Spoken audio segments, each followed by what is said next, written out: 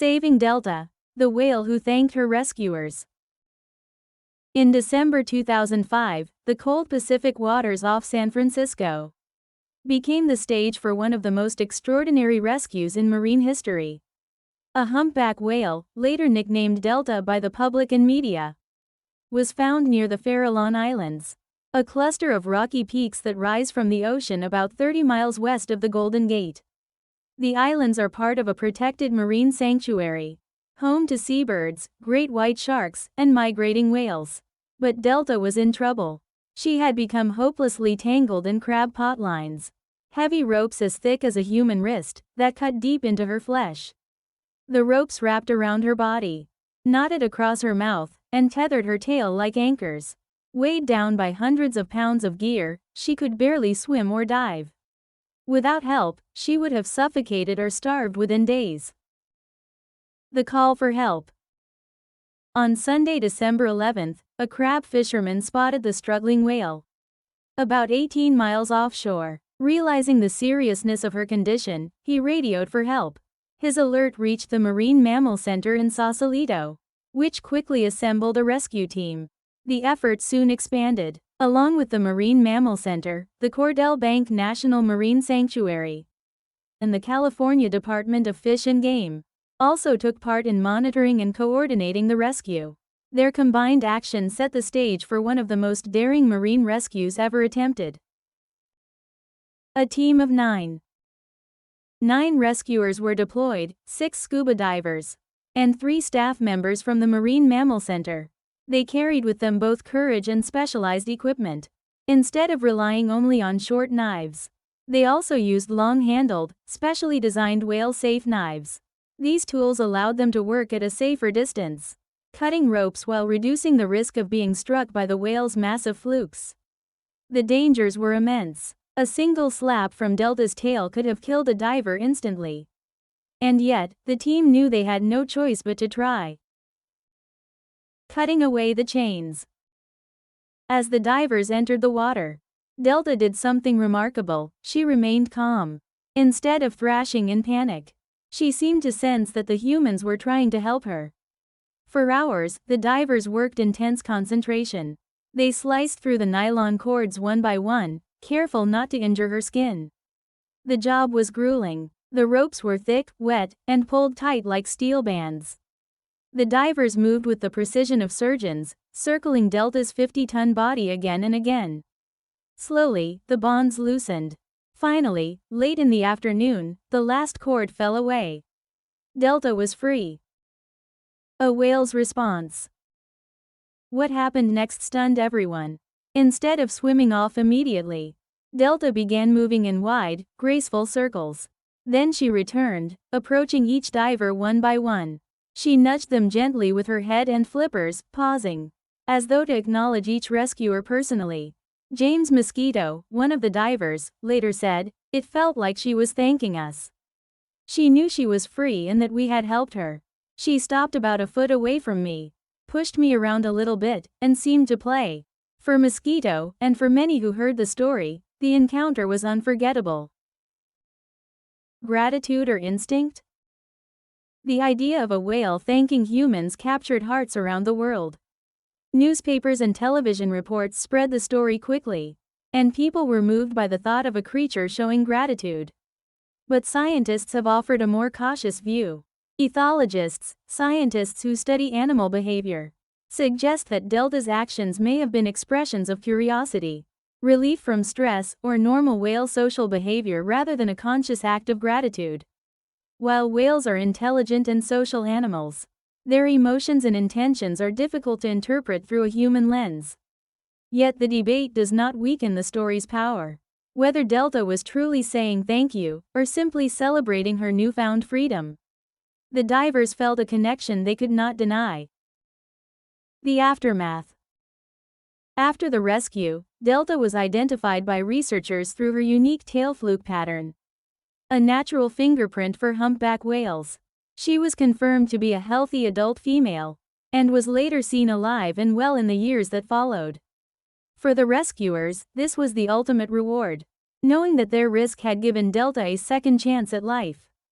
The rescue also became a milestone in marine conservation. It was one of the first widely publicized, successful whale disentanglement operations involving such close and prolonged human contact. The story inspired global interest in whale rescue missions and raised awareness about the deadly dangers posed by fishing gear left in the ocean. Delta's legacy.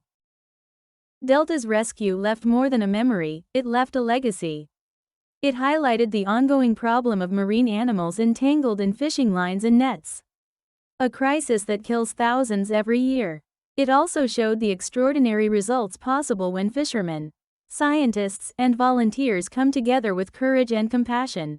Most of all, it reminded us that the ocean is not just a resource, but a living, breathing world filled with intelligent beings. Whether Delta's nudges were thanks, play, or simple curiosity, they revealed the possibility of a bond that crosses the line between species.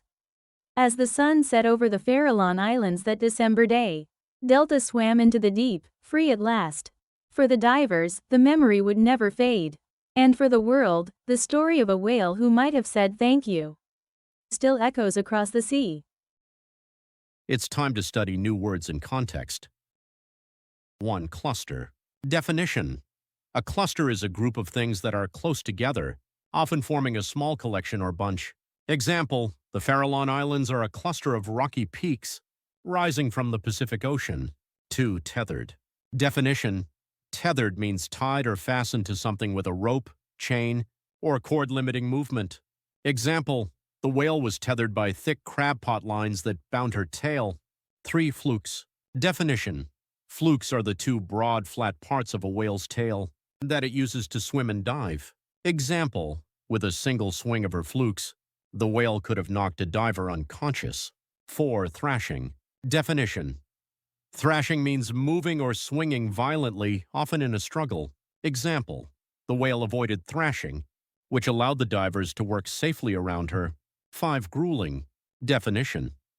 Grueling describes something extremely tiring, difficult, and demanding. Example, the rescue was a grueling effort that lasted for hours in the cold water. 6. Nudged. Definition. Nudged means pushed or touched gently, usually to draw attention or show friendliness. Example, after being freed, Delta nudged each diver as though to acknowledge them. 7. Flippers. Definition. Flippers are the flat fin-like limbs of whales, dolphins, and seals used for steering and balance in water. Example, the whale brushed the divers softly with her flippers. 8. Ethologists. Definition. Ethologists are scientists who study animal behavior, especially how animals interact with each other and their environment. Example, ethologists explain that Delta's actions might have been curiosity rather than gratitude. Comprehension questions. 1. Where was the whale found, and why is this location significant? Answer. She was found near the Farallon Islands, about 30 miles west of the Golden Gate. The area is part of a protected marine sanctuary, making the rescue even more meaningful.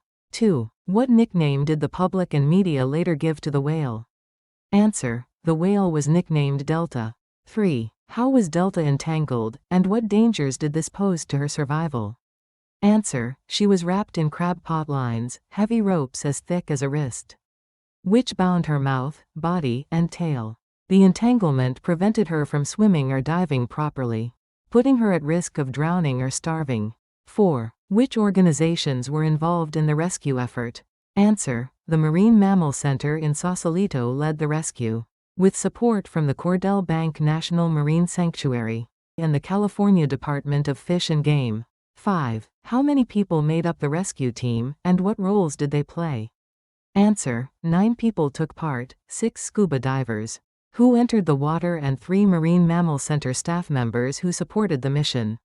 6. What special tools did the divers use, and why were they necessary? Answer. They used long-handled whale-safe knives, designed to cut thick ropes at a safer distance. This reduced the risk of being struck by Delta's massive tail. 7. Why was the rescue considered extremely dangerous? Answer. A single swing of Delta's tail could have killed a diver instantly, and working close to a stressed, 50-ton whale posed life-threatening risks.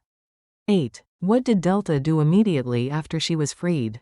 Answer: she swam in wide, graceful circles, then returned to gently nudge and touch each diver, as if acknowledging them. 9. How did diver James Mosquito describe his encounter with Delta? Answer: he said it felt like Delta was thanking the divers. She stopped close to him, pushed him around a little, and seemed playful. 10. What do scientists say about interpreting Delta's behavior? Answer: many scientists caution against calling it gratitude. They suggest it could have been curiosity, relief from stress, or natural whale social behavior, rather than a conscious thank you. 11. How was Delta identified later, and what did researchers confirm about her? Answer: she was identified through her unique tail fluke pattern, and researchers confirmed she was a healthy adult female who survived after the rescue. 12. What was the broader legacy of Delta's rescue? Answer: it became one of the first widely publicized whale disentanglements, raised global awareness about the dangers of fishing gear, inspired public support for rescue efforts, and left a lasting symbol of human compassion and cross-species connection.